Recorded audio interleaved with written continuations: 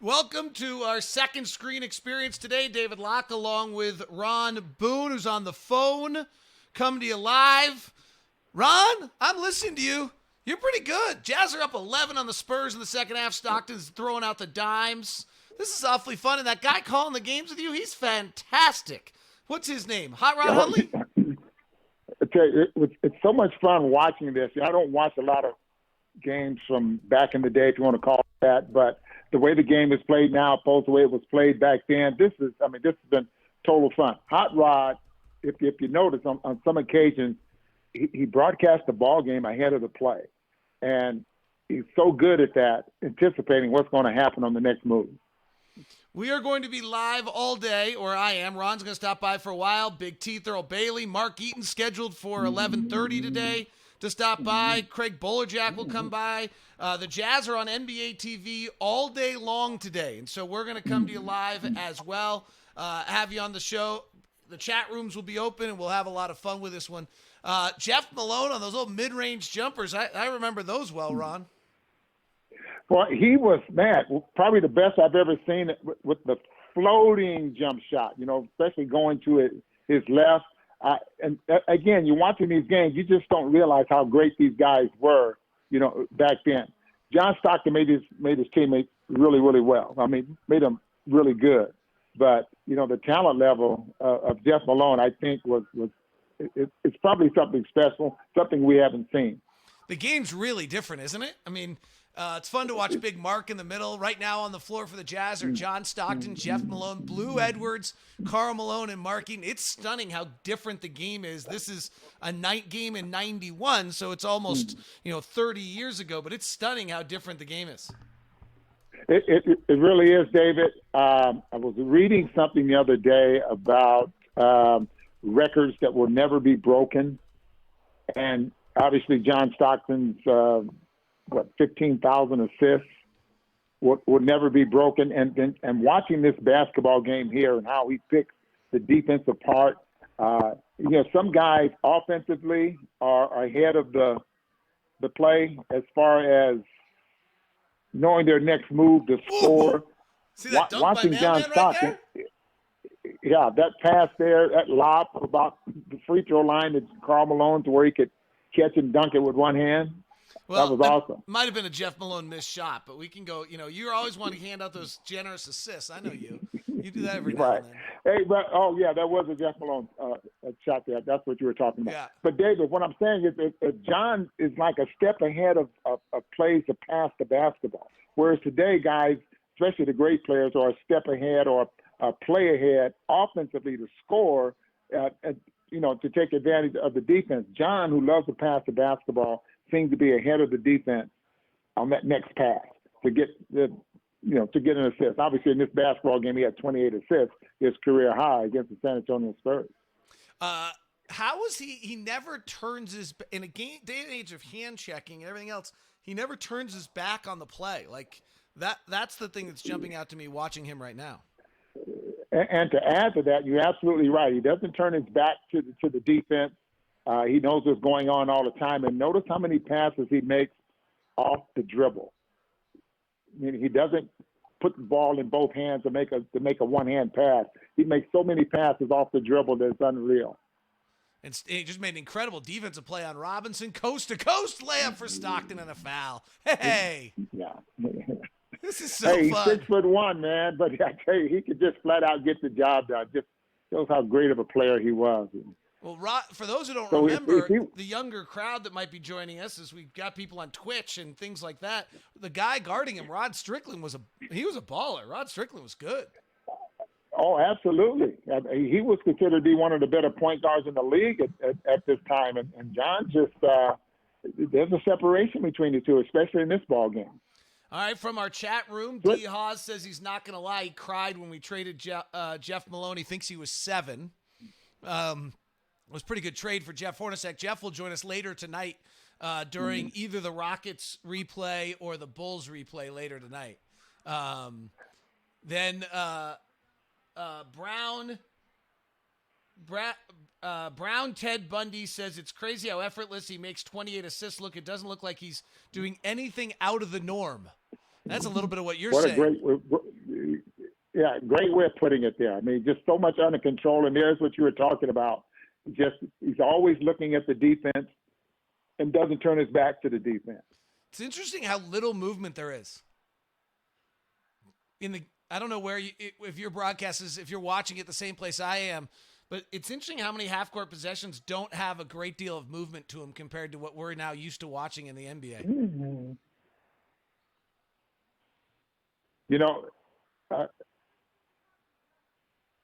This was more of a half-court game, probably not, one of those. San Antonio, for the most part, plays pretty close to a half-court game than the Jazz did too. And there's an example of what I was talking about. John made that pass over the top of the defense with one hand off the dribble. He was just so great at that and always on target. Well, now, that pass was over the top of the defense, high to Karl Malone on the weak side of the floor. Right side, about 16 feet out, got it over the top of the defense, lobbed it into Malone, who was then being held to prevent the easy layup. Delaney Rudd's in the game. I got to tell you, I feel bad now because I know the game better, but at this point I'm in college. I used to just cuss every time Delaney Rudd did anything. People around me thought Delaney Rudd's middle name was a swear word. I mean, I would just talk Delaney beeping Rudd because he wasn't John Stockton. Yeah, he just gave a 3-point play away there. Yeah, see? The jump shot there, Paul beeping Rudd. Golly, what are you doing, Paul Pressey? Delaney Rudd didn't he become an agent? Delaney Rudd, did he have an agent or Paul Pressey? I think he was. I think he turned into an agent when he retired. Oh, he was representing a few players, especially over in Europe. He did. Who's that guy with like the BJ goggles? Armstrong. Who's the guy in the goggles in the back of that picture right there that just checked into the game? Big T had a pretty good first half. He did. Earl Bailey. He'll be joining later. He's going to work out. He's getting a workout in right now, so he couldn't join during this game he's playing in. Big T in the post, baby. With a hook and an air ball, but we won't mention that. I think they got a little piece of that, David. Come on, man. That was a block. I got to stick up for Big T now. I think they got a piece of that. Well, Big T always says I'm finding bad highlights of his. There, I didn't have anything to do with that. That would have been pretty funny if he was on. Is Sidney Green in this game? It's a Greenwood, isn't it? Oh, is it David Greenwood? Boy, David Greenwood was a beast. UCLA, he was supposed to be. UCLA, yeah. Did he have a knee injury? Something derail him? Because he was supposed to be one of the all-time great athletes, right? Coming out of UCLA, yes, he was. He was supposed to be one of the better. He was drafted pretty high there coming out of college. But everyone out of UCLA at that time was considered to be a pretty good basketball player. That also, though, might be where we're medically different than we once were, right? David Greenwood, I think, if I remember correctly, had a major knee injury, and you just don't come back from that in that era the way you do today, right? He has that knee injury now. We rehab him. He probably comes back, and he's we kind of expect Klay Thompson to be close to what he was after an ACL. And in 1991 or 1980s, that wasn't the case. Ooh, beautiful high-low from Big T down low to Carl. Yeah. How would you have liked to, if you were, and what a luxury, though. We'll use as an example with John Stockton, a luxury he had with playing with a guy like Karl Malone. Because he didn't have problems getting Karl the basketball on the low block because he's so strong, he posts up so well, and that's a perfect example of what Karl can do with whoever's trying to defend him on the block. I mean, you can just get him the basketball. That made it a lot easier for John to get him the ball when he needed to. Did you happen to see that replay that you just showed right there? I would like to compliment you as a broadcaster, neglecting to mention the forearm that Mailman threw to clear David Robinson away from him prior to getting the catch, and only mentioning him clearing out with the left arm and being fouled. That was well done on your part, Ron Boone. Did I I seem to get it right a lot of times, but I'm like, I noticed that tweet you had. I just saw Twitter where you a tweet. yeah. I call up Ron. I'm like, are you listening to yourself? He's like, yeah, I'm damn good. Hey, San Antonio was pretty good then. Oh, yeah. They were a very good basketball team. Now, Tim Duncan came out what year? 92 or 93? Yeah, he comes out after this. Yeah. Can I tell a story about this night? This night, January 15th, 1991, at the time, I'm actually living in Utah. Jeff Malone from the Right Baseline. I'm living in Utah, teaching skiing at Solitude Ski Resort, taking kind of time off from school. And I used to come down after teaching every day, go to the Green Parrot across the street, and then I would wait until like the third quarter and try to find someone leaving the game early, get their tickets, and go watch the second half for free because they didn't have the systems as good as they do now. This night, there's an enormous snowstorm. We get locked in Big Cottonwood Canyon, and we can't get out. So we actually I listened to this game coming down the canyon at like 8:30 at night, where we'd been actually locked inside Big Cottonwood Canyon. It is also the night the Iraq War started in 91. So it's kind of you remember that? Well, I remember it very clearly because I was a no longer in college 21-year-old at the time, a little nervous, or actually 20-year-old, a little nervous about us going to war, and not actually being a college student at the time. So yes, I was perfectly aware of that and was a little nervous at the time. But yeah, I remember listening to Hot Rod's call, driving down as Stockton had the 28 assists. For some reason, when you mentioned that, I was thinking Orlando Magic, but I guess, obviously it's against San Antonio Spurs. I think he had a pretty good ball game against the Orlando Magic as well. I know that Scott Skiles has the record, and he played for Orlando at the time, right? Exactly. 29 assists in a ball game. Exactly. Ryan on Facebook reminds us that Tim Duncan came out in 98 or 99. So that late? Yeah. Ooh. Yeah.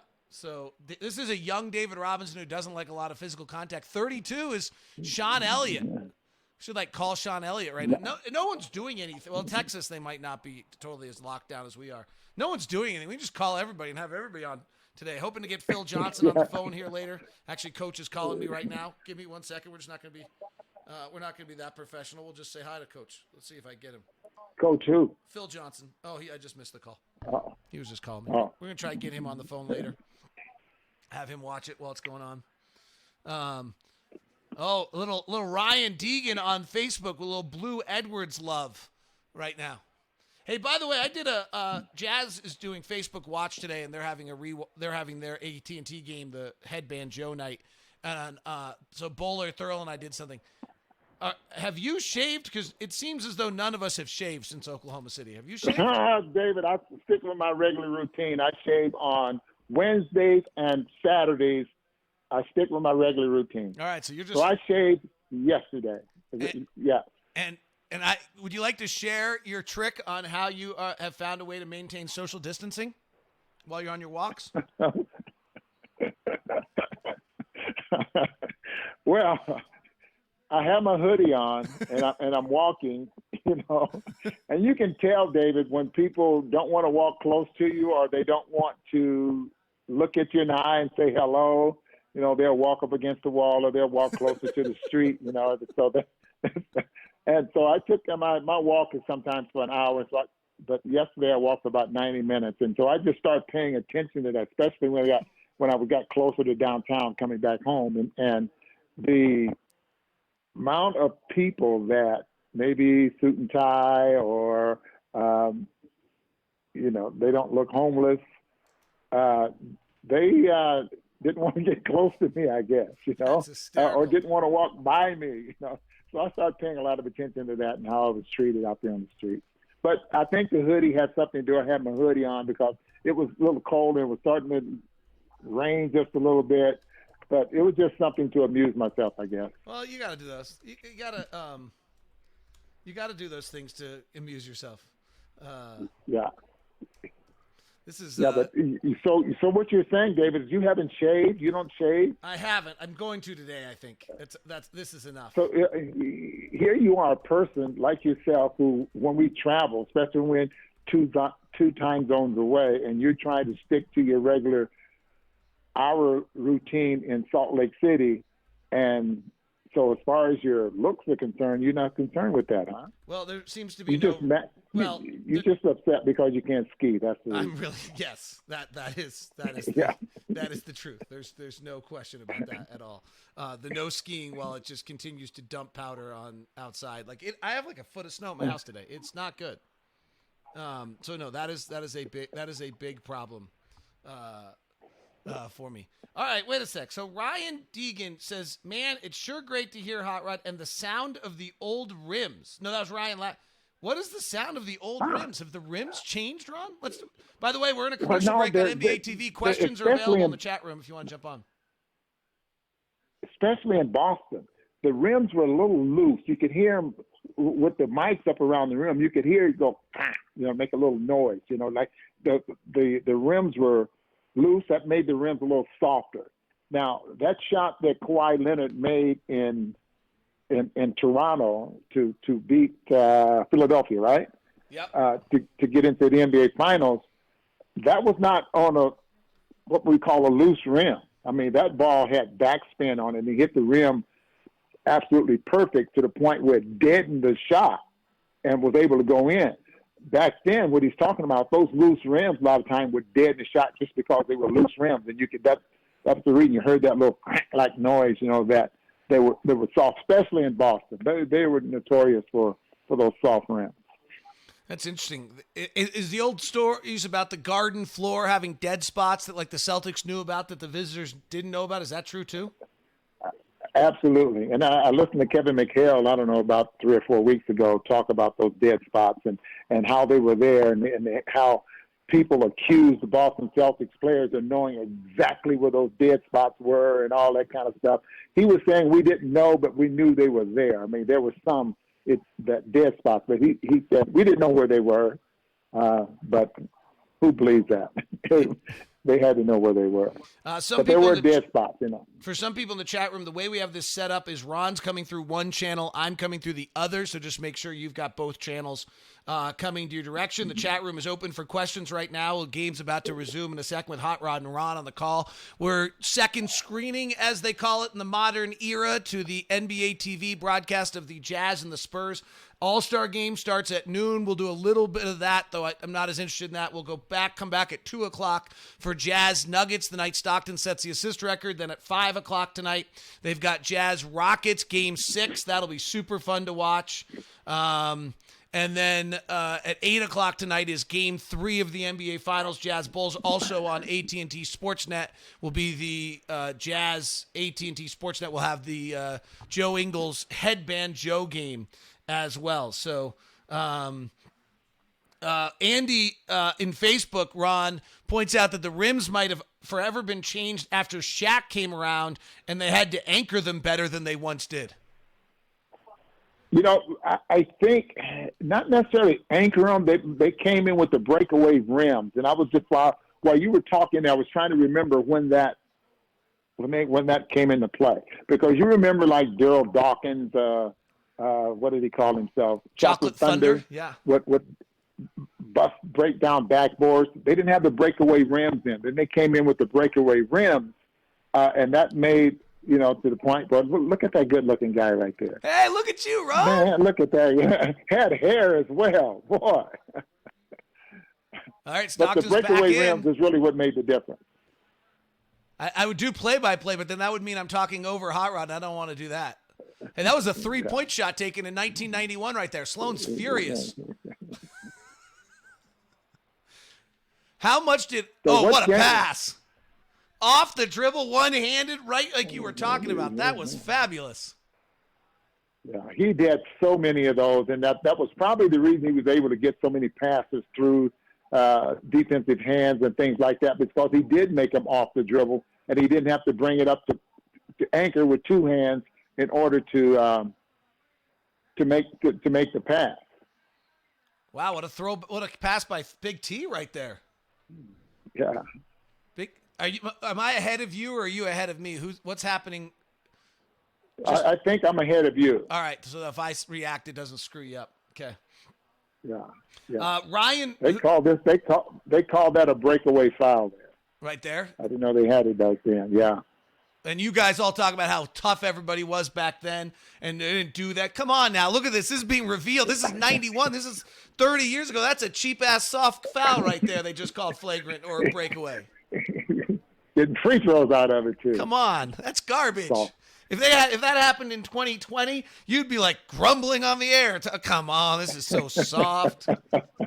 No, I wouldn't have been grumbling Hey, behind look at that. Barbara and It's just Frank. some of Did you see Barbara and Frank? Yeah, I did. Frank, looking good. And Larry Brown. Greg Too. Popovich. Wow. Little did we know the influence, like Greg Popovich, assistant coaching in the 91 game, to Larry Brown. Larry Brown, one of the mentors for Quinn Snyder. Funny how these all things come together, isn't it? Mm-hmm. Yeah, it really is. I mean, great coaches that have pretty good systems there, Big T. And you get players coaches anyway that play under you, they're going to develop something good. How'd that little guy come out with the ball out of that traffic? Thurl Bailey, left wing jumper, good. I must be way behind you. I'm like 20 seconds behind you. Okay, 10:30 in the game. How much you have? 10:30 now. All right, so I'm only 2 seconds behind you. Yeah. All right. This is fun. All right, well, I appreciate you stopping by. And, if you're bored throughout the day, I'm going to be doing this all day long because I'm in Summit County, so I'm not going anywhere. So if you want to jump on later again today, some of the other games, you've called you've been a part of every game in all of Jazz history, so we can't have a day without you. So, if you're done with your walk and wearing a hoodie and scaring people, and you want to come back on, just send me a text, all right? Because I'll always talk about it. Well, I've I've really developed a pretty good system here during the day, do my internet stuff in the morning, little flight workout, and have my breakfast, go break my day up by going for a long walk. By that time, it's getting close to dinner. So it had a pretty good, so with the snow on the ground, Big T, I'll give you a call a little later on today. All right. Well, just keep your social distancing and stay healthy. We don't need anything happening to you. Sounds good, buddy. All right, thanks, bud. Take care. That is the great Ron Boone joining us. We'll have Mark Eaton coming up here in just a moment. Excited to have, you'll have to deal with some live transition while I do that to get Mark on. Scott Morgan on Periscope telling us that Drew Brees has just committed $5 million to the state of Louisiana. Incredible. That is great to hear.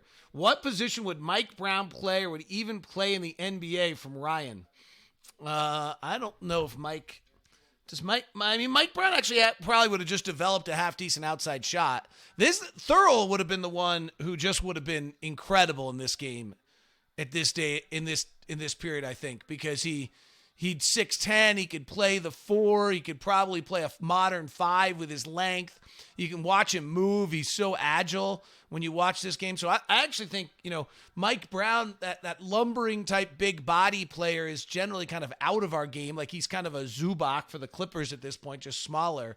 But the Thurl type player is the one that I think really becomes a marquee player in this game. Oh, look at that hairdo. Is that Dwayne Shinsis?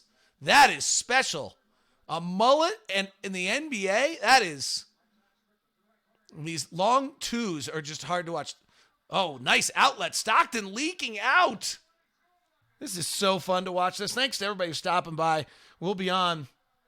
Hey, happy birthday to Tyson Tanner, who says the best part of my birthday is always sharing the same birthday with John Stockton. Look at that. All right, we're going to flip it around. Let me call Mark Eaton here. You're going to hear it live when we do that.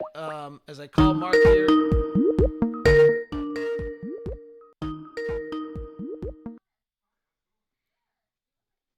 Hello, Mark Eaton. How are you? Hey, David, how's it going? I'm good. Let me flip you around. Good. How are you? I'm good. Can you hear me all right? Yeah. All right. I'm going to flip you up and bring you into the live show here for a second. And Alrighty. Let's see. I think I might have to do one extra thing to get it done. There we go. Big Mark. Let's see. All right, I gotta just spread you. There. Hey, how about this? I even know what I'm doing on this live broadcast. Are you watching any of the NBA TV? Are you watching your old game right now? Yeah. Well, I'm not watching that one right now, but I have viewed a couple of other ones. It's been kind of fun. Boy, somebody put up the other day like the 1969 NBA Finals. I was watching that with Wilt and Bill Russell. That was pretty Wow. fun to watch. So, yeah, there's been some good stuff. It's fun to go retro once in a while. What was the 69? What did you see in the 69 final? What was that? What was that like? It was the Celtics beating the Lakers in LA, and it was just kind of fun to watch. Wilt got hurt that game, but just some of the great players from back then, and some I grew up watching in LA and stuff. That was just kind of fun to revisit them. Keith Erickson and other guys, Dan Elgin Baylor, and some of the great players that were just on TV on the weekends and growing up in Los Angeles. And so that was fun. But yeah, there's been quite a few retro games here or there. I'll flip the channel on. I'm like, wait a minute, I think I just saw me. And then who posted? Oh, somebody posted that '94 series against the Spurs in the playoffs, and I was hurt that series, but Dennis Rodman and Jerry Sloan getting into it, and John Stockton getting into it, and I was watching that one the other day too, and I was giving Rodman the evil eye when he walked off the court. I was hurt, but I was still ready to take him out. I gotta tell you, I'm not. If I'm Dennis Rodman for all the other stuff, I'm not messing with you. You're 7'5" or 7'4". I'm going the other way. Well, that's what he usually did, but he'd like to talk a lot of smack, and I could never get him to stand still long enough to hit him. But trust me, I would have if I been able to get close enough. We are live right now on Locked On Live on Twitch, on Facebook, on YouTube. We're live on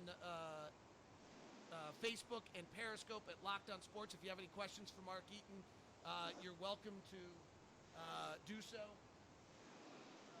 So send them in to me.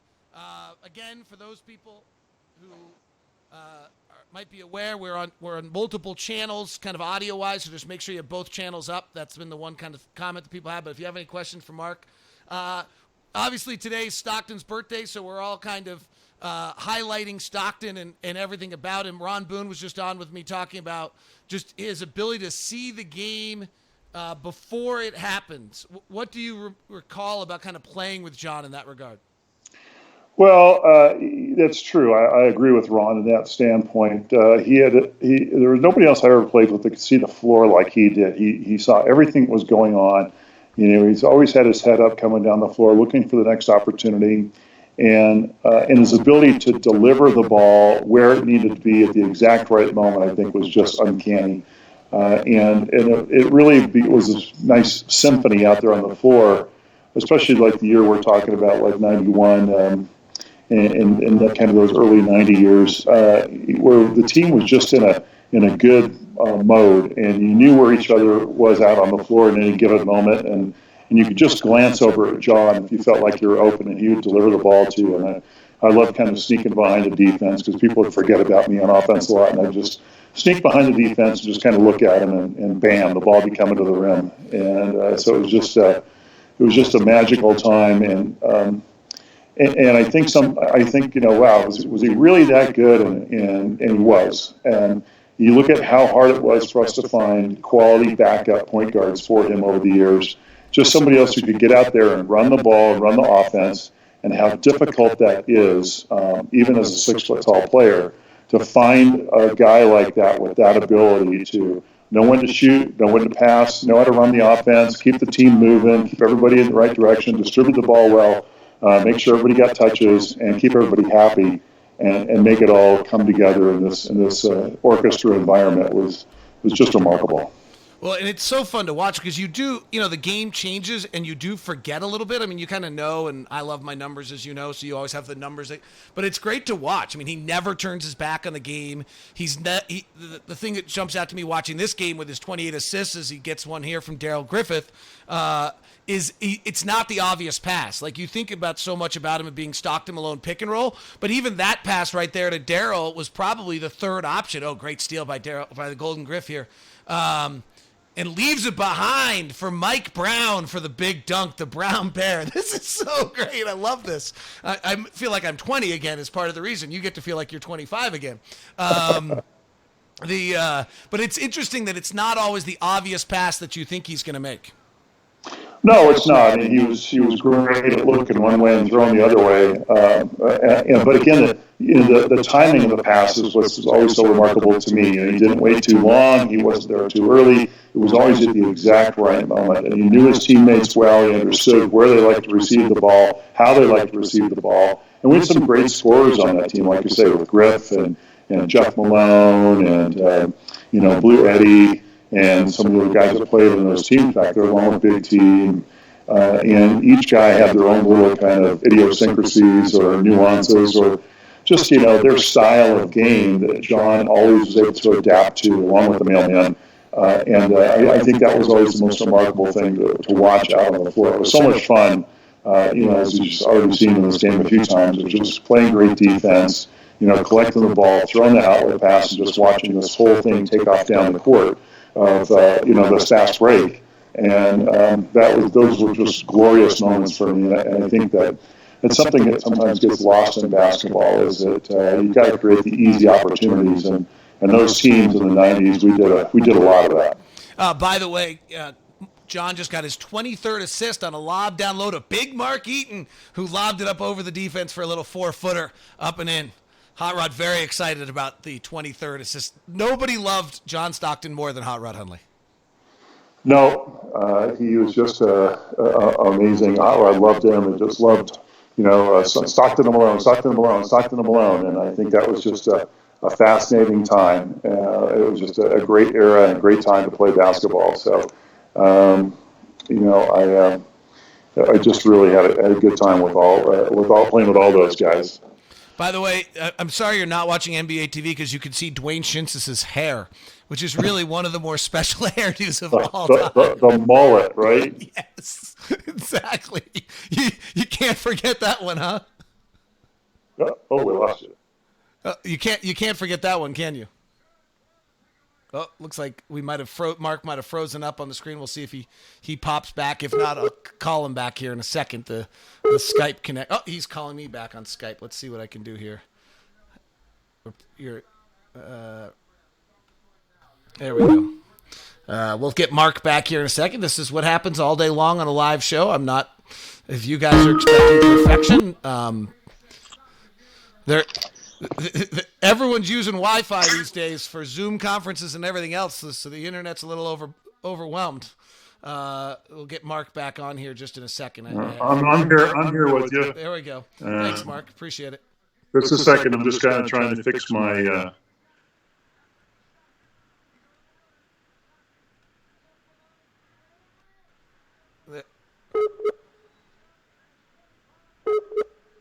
Oh, Stockton has 25 assists, and Hot Rod cannot control himself. And they're up 20 on the Spurs. They're rolling. Hopefully we'll get Mark. Mark's fixing something. We'll be back with us. Good story on our on the line about the fact that Mark Eaton signing an autograph for the grandparents at Tuscany Restaurant. And all that's going on there. Mark's doing a lot of speaking these days. And doing a lot of those kind of things right now for corporations. He's going to become it's going to now become all online business. Mark, are you back with us? Oh, no, he's calling me back. Let's see if I can grab this one. There we go. Hey, you're in a brand new spot. Well, it was actually my fault because my laptop that I had set up here, I forgot to plug it in. So I'm not too worried about iPhone backup. I'm not too worried about this one today. We're doing like a huge production with one man controlling the whole thing. There's not a high stress level to me of making sure that everything is done perfectly today. So I'm not too worried about that. So and I'll try to get you back on here in a second in the box. I have Mark. Mark is with us, and I think you guys can hear him. I've got to find a way to get his picture back in somehow. I'm not quite sure where I'm moving all the wrong things right now. So give me 1 second. I'll get that fixed. But I think we were talking about Dwayne Shintz's hair. Since then, you've now blocked 2 of his shots, and he now just turned it over because he was scared of you and passed out to Jeff Stockton, led the fast break to Malone, who promptly double dribbled in hot rods beside himself because it was a chance for another assist for John, and he didn't get it. You should have seen Malone missed a dunk a moment ago that would have been Stockton's 24th assist, and hot rods, unbelievable, he missed that dunk on a perfect pass from John Stockton. Well, that's one guard always thinking about his stats, right? It's funny. You mentioned this a minute ago, Mark. Watching this right now, it's interesting to me that I almost would say that there's a comparison to the team that we've been watching this year, in the sense that it's really, I hadn't thought about it before, it's an incredibly offensive-minded team with a big man center in the middle, right? I mean, you're not thinking about Blue Edwards, Golden Griff, Mike Brown, many of these guys as defensive players. There's one defensive player on this roster. He wears 53, and his name's Mark Eaton. Well, it's true. I mean, that was really our mantra throughout the 80s and into the 90s was it started with Frank, which was, play defense, try and get 60% of your points off the fast break by creating deflections, block shots, getting a hand on the ball, whatever you could do defensively, because it was so much easier to score a fast break at the other end than it was to come down and set up an offense. And we were an okay executing team, but we really thrived on that, pushing the ball up the floor, because we did have those great scorers, and I loved being the center of that and having everybody just funnel their offensive players into me so I could block the shot or change a shot or create something, and all myself and Thurl and Big Mike Brown and everybody were always great at throwing those outlet passes and getting the ball out of our hands, and John was so good at being a center fielder and catching the ball at half court and then turning and taking it down the floor. And of course, you got Mailman and whoever else is on the other wing running down the other end. And I think we see some of that in the Jazz today. The Jazz today do a little bit differently. They don't seem to run quite as much of the early offense that we used to do. Frank and Jerry and Jerry picked up on this from Frank, was just about running wide down the floor and then crossing underneath and forcing the defense to track with you. Because if you took your man underneath the basket as you were running from that wing, he couldn't stop and just clog up the middle. He had to stay with you. And usually that trailer player, the second guy down the floor, was wide open. And Quinn Snyder's team seems to do that a little bit differently. They kind of run down the middle and try and set up to get some early offense. But I really think the way Frank did it and Jerry did it was a little more effective from that, getting that real early hit, that real early opportunity before the defense got set to get the ball in a scoring position. Well, it's also, now everyone runs the three-point line, right? Well, that's true. Analytics have a big part of that as well, and I don't always agree with that, but I look at the numbers, and who was it a couple of months ago? Rick Carlisle was getting on Charles Barkley's case because Charles had said that, and Shaq had said that Porzingis needs to get down low post with the Mavericks, and Rick Carlisle's like, no, that's not what the numbers say. The analytics say we're more effective, we score more points if he shoots 3-pointers. I'm like, okay, you're 7-footers shooting 3-pointers, but it's a different game today. Well, and he actually shoots them pretty well, and he's a terrible post-up player. I mean, part of this also stems back with how they're developed, right? So Porzingis has never learned how to go in the post and play that way. He's not very good at it. Well, we just got a question from our live chat from Tyson Tanner, whose birthday is today, so we wish Tyson a happy birthday. Hey, happy birthday, Tyson. He wants to know, what would John and Carl be like in today's game, and how would they be different than they were in watching them in the 91 game?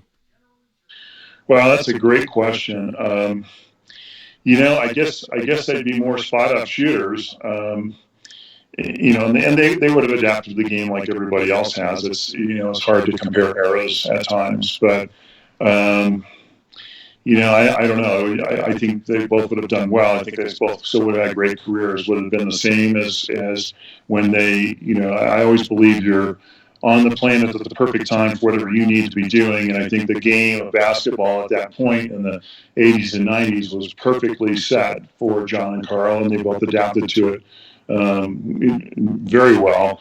And it was more of a rough and tumble game, which I really like too.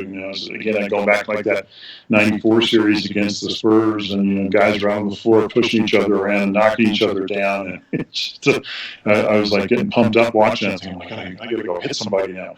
But that's just that era, what that era was, and those guys did that so well, and nobody ran the pick and roll like John and Carl, and it was just a beautiful thing to watch. It's interesting on the John and Carl pick and roll. You talk about the genius of Jerry and Phil and Frank and everybody else in their offenses. Some of the spacing that they were able to get on some of these pick and rolls, where that off the bounce pass. Oh, by the way, they're running an ad right now for WKRP in Cincinnati because that's coming up next. How classic is that? But we watch it like right now. There's a pick and roll with you and John, and there's pretty decent floor spacing. Like they really were creative in how they move people because the defense was not stretching out to 3-point shooters the way it is today. No, it wasn't. And spacing was still just critical. That even more so from that standpoint because you did have to create space for Carl to operate inside, and the whole days of the illegal defense back then, the way the rules were. My job was a lot of times to stand up near half court and then point at my man because he needed to stay above the free throw line, so Carl could operate at low post. The guy who's guarding me wasn't able to double down on him. So, and you look at the great teams from back then, like the Celtics and the Lakers, they were so good at spacing, and that makes it so difficult to double down on anyone. Because I can remember playing, the Celtics and Jerry would say, look, you got Robert Parrish tonight, we can't help you, good luck, or Kareem, whatever it was. Because if you doubled off of them, even though three-point shooting wasn't as much of a part of the game as it is today, it was still an important part. You get Larry Bird out in the corner, or Byron Scott, or Jamal Wilkes, whoever it was, those five men were so good that all the offense went through the low post. They'd throw the ball in, guys would cut off, guys would split. Whatever it was, and so you had to respect that spacing. And Frank and Jerry did a great job of teaching us that and forcing us to do that because it made it much more difficult for the defense to effectively guard us. You've got David Robinson you're defending in this game, a young David Robinson. Who was the most difficult guy for you to defend? I'd say throughout my career it's probably Olajuwon, because Hakeem, when he came into the league, he came from a soccer background, so these very quick feet and this, 6'10", 6'11" body, and we played them, of course, all the time because, like the Spurs, they were in our division, and he was so quick. And I might be mistaken, but I believe one year he led the NBA in both block shots and steals as a five-man, which is just incredible to think about. So you think you had him pinned, you call for the ball, and somehow you slip under your arm, grab the ball, take off, dribble the ball down the court, and deliver it to somebody else. So he was a real challenge. The centers that I came into the NBA with that were already in the league, guys like Bob Lanier, Artis Gilmore, et cetera, were kind of the bigger, more plodding centers like myself, and had a certain style. And while you had to be incredibly strong to work with them at low post, you kind of knew where they were going to go and what they were going to do. When Olajuwon came in, when David Robinson came in, some of these quicker centers, it became much more of a challenge. So I can remember going to, playing against the Spurs and David Robinson. You can probably remember this play, Dave, there at the top of the key. And whoever it was, Sean Elliott, or in this case probably Rod Strickland, he would spin baseline off of low post and just go directly up to the backboard, up to the square, and they would deliver the ball. And he did it so quickly before I even turned around, the ball was coming through the net. It was like kind of like, what happened? He had great leaping ability, great athleticism, and they worked on little plays like that really made it difficult to guard those guys. I'm looking at Hakeem Olajuwon's history right now, and probably the player who, if you ask me, the player historically that probably is the least regarded for what he accomplished. I mean, it's probably Olajuwon. His two titles he has, they sometimes push aside because Jordan wasn't there. But I mean, I'm looking at at 27 years old, so right at his peak, 24 points, 14 rebounds, 3 assists, 2 steals, 5 blocks a game. Holy smokes! Right. Yeah, just incredible at both ends of the floor, and relentless energy, and just never seemed to slow down. Yeah, he was a challenge, one of the greatest ever. And we didn't like each other very much back then.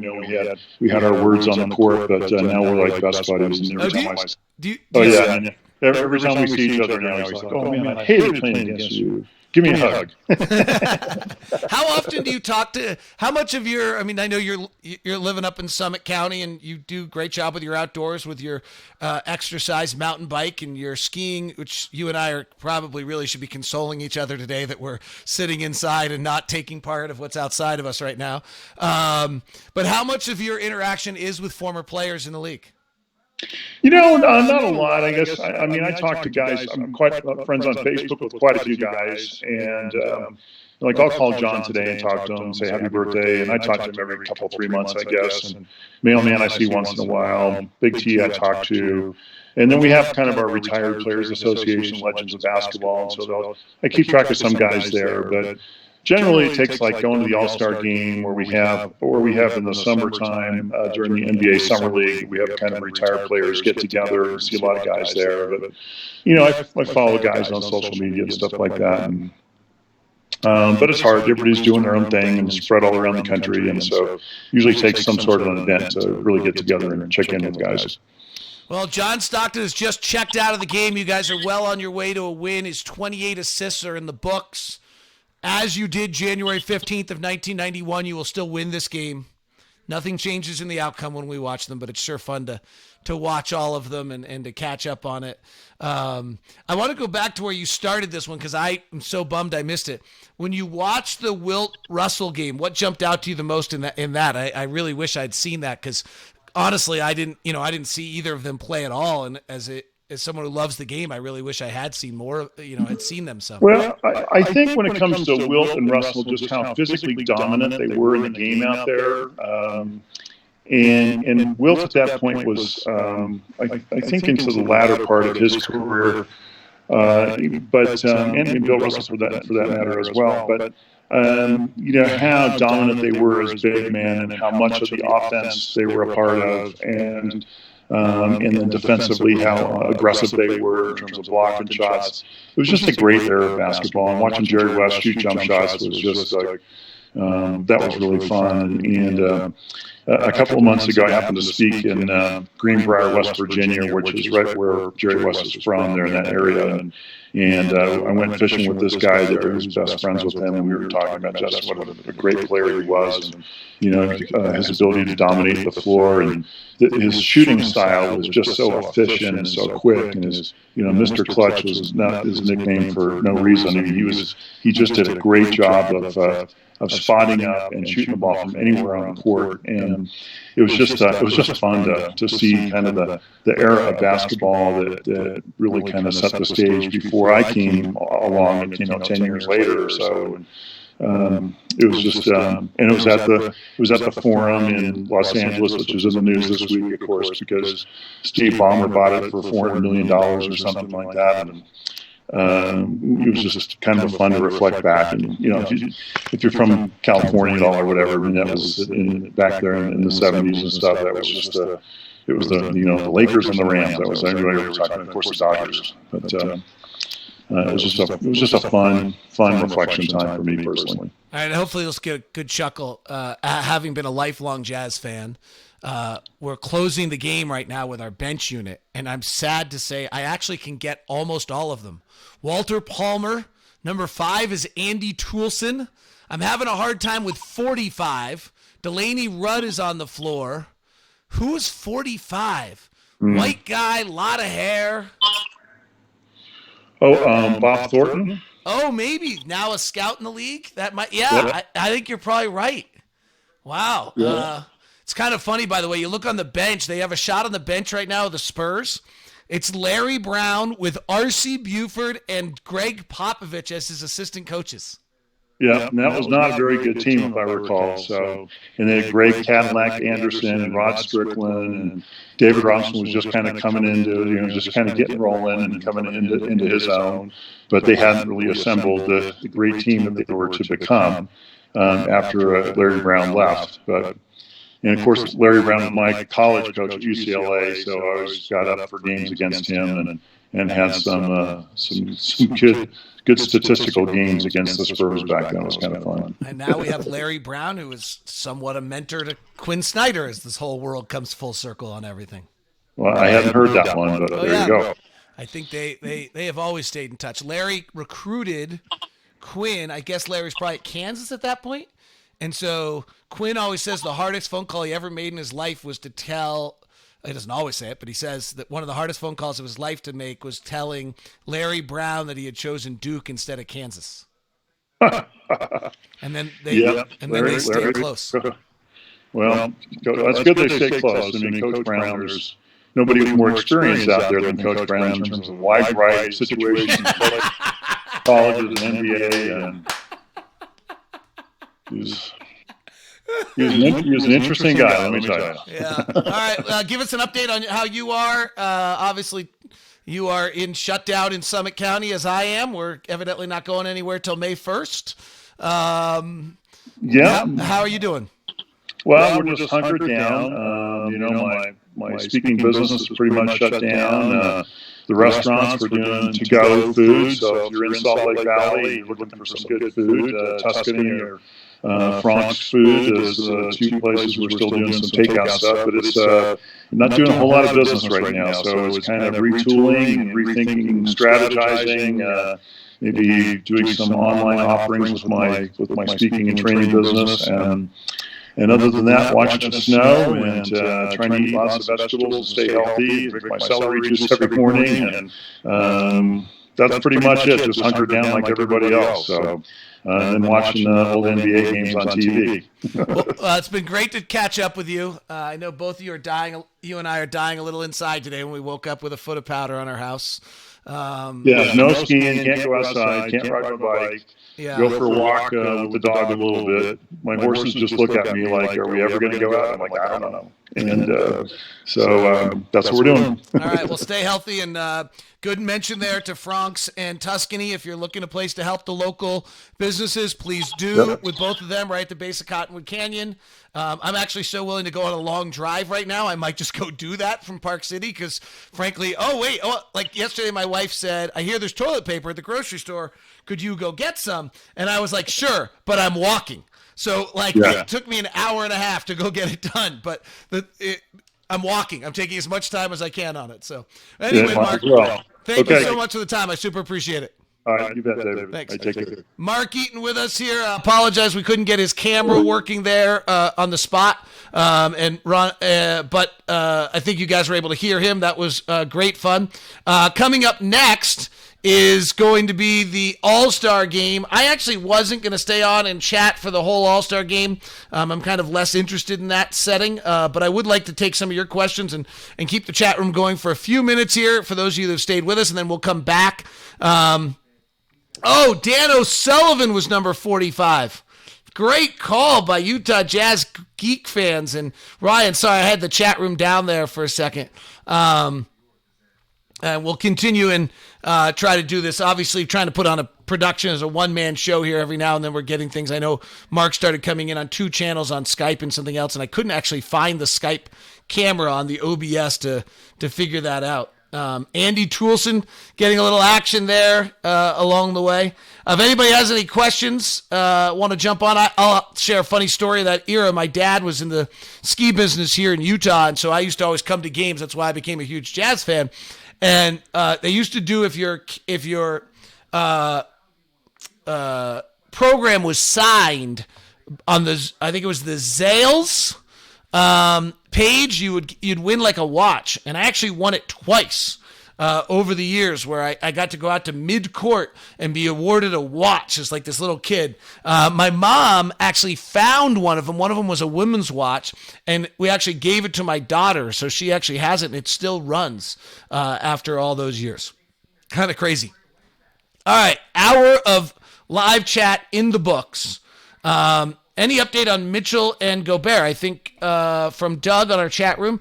Last I texted with Rudy, he was having the taste and the smell issue, but I think is improving. I don't know if that's still going on. My last interaction with Rudy was about 3 days ago. Donovan, Stayed asymptomatic the entire time, but I think both of them. I don't think the Jazz will send out, but I think both of them are outside the. This is the 14th day since they were tested, so I don't know if that means that they're what that means. Actually, I don't quite understand all this, but it's the 14th day since Donovan's been tested and the 15th day since Rudy was tested. So they were both positive at that point. And that I think that generally means that they should be on the realm or improvement. Well, here's the All-Star game has started. This will be we're going to stay with this for a little bit because this is just the names and players on this are so classic. Isaiah Thomas, Clyde Drexler. Oh my gosh, look at Shaq. He looks like a baby. This is crazy. We're 1993 All-Star Game, Salt Lake City. Great logo. Shaq starting. David Robinson starting. Bennett Salvatore is the official that just tossed it up. Charles Barkley wearing 23. Drexler, Malone. Oh my gosh, what a starting lineup. The West starting lineup is Stockton, Malone, Drexler, Barkley, and David Robinson. The East starting lineup looks to be Isaiah Thomas, Shaquille O'Neal, Scottie Pippen, Michael Jordan, and Larry Johnson. Oh my goodness. So Shaq, let's do that one again. Isaiah Thomas, Michael Jordan, Scottie Pippen, Larry Johnson, and Shaq against Stockton, Drexler, Barkley, Malone, and Robinson. Wow. That's crazy. Stockton left wing. Looking into Robinson, goes to the top to Drexler. Right-hand drive, gives to David Robinson, attacking O'Neal, and he's fouled at the rim. That'd be really cool to call this game. That'd be really cool to call this game. With this amount of players, wow. All right, Grandmama says, Ryan, Larry, thanks for everyone who's joined in. We'll probably take a break here in a minute just because, well, I want to have lunch, and I don't really want to be on for 8 straight hours. So we'll take breaks and keep doing it. But throughout the day, Jazzman, here's Isaiah driving on Stockton. Hesitates, curls back baseline, cut off, swings up top to Jordan. They're playing defense in an all-star game here. In this era, you didn't get TV every night, so if you wanted to see these guys, this was actually the way you saw Larry Johnson. And the way you saw, you got to see these guys together. It was kind of like the baseball all-star game at the time was so important also because this was your opportunity to get to see who everybody was, see their games. And so these games had such incredible value to them.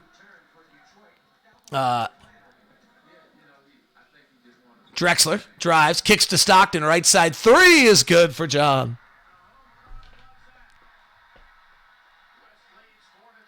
Look at the Delta Center at the time. Now Vivint Smart Home Arena. Dick Stockton is on the call, and I can't tell who the analyst is.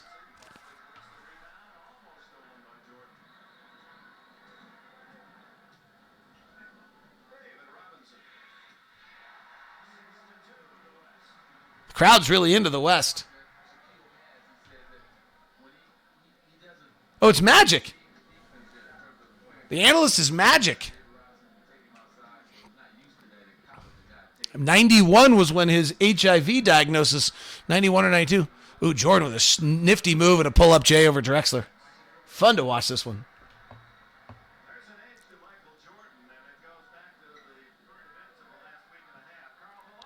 Malone, a turnaround jumper.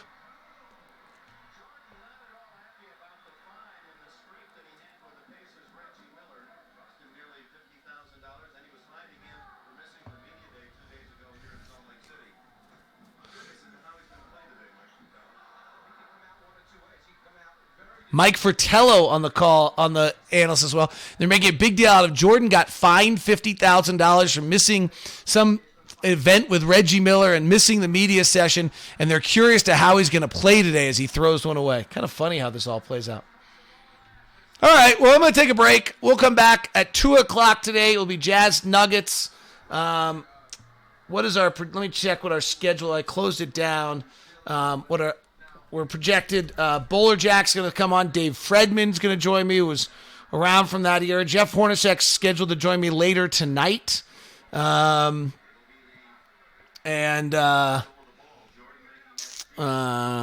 let's see what I've got. Thurl's going to jump on during that game as well, so I'll actually have to figure out how to get that little